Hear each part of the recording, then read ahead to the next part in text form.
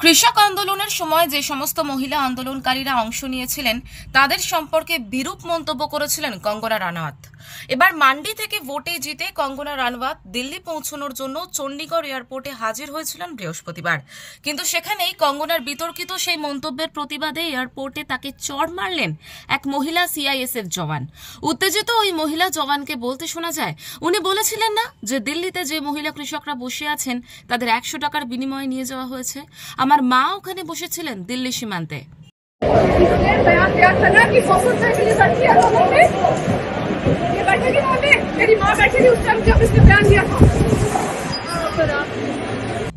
স্বাভাবিকভাবেই একজন মহিলা সাংসদকে এয়ারপোর্টে কর্তব্যরত সিআইএসএফ জওয়ানের চড় মারার ঘটনায় তোলপাড় পড়ে গিয়েছে। কঙ্গনা রানাওয়াত ওই মহিলা জওয়ানের বিরুদ্ধে ব্যবস্থা নেওয়ার দাবি জানিয়েছেন। পাশাপাশি নেট দুনিয়াও তোলপাড়। কেউ কেউ মন্তব্য করেছেন, এই ঘটনায় প্রমাণ হলো শিখরা কোনো কিছু বলে না। ব্যুরো রিপোর্ট, ওঙ্কার বাংলা।